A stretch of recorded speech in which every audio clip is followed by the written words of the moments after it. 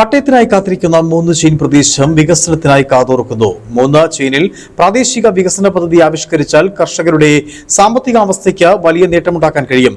DTPCയും ത്രിതല പഞ്ചായത്തുകളും ചേർന്ന 3 ചെയിനിൽ വിനോദസഞ്ചാര വികസന പദ്ധതികൾ ആവിഷ്കരിക്കണമെന്നാണ് 3 ചെയിനിലെ കർഷകർ ആവശ്യമുയർത്തുന്നത്.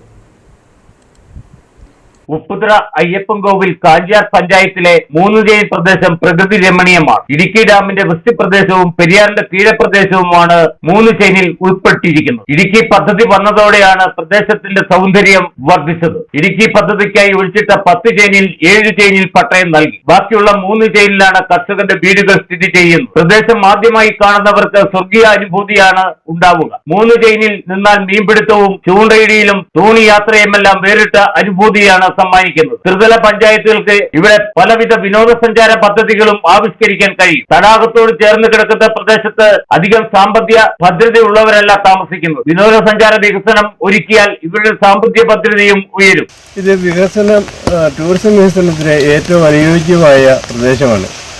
അതുകൊണ്ട് ടൂറിസം വികസനവുമായിട്ട് ബന്ധപ്പെട്ട് എന്തെങ്കിലും നടപടികൾ ഈ പ്രദേശത്ത് സാധ്യമാക്കുവാൻ സർക്കാരിന് താല്പര്യമുണ്ടെങ്കിൽ അതുകൂടെ പരിഗണനയിൽ എടുക്കേണ്ടതാണ്.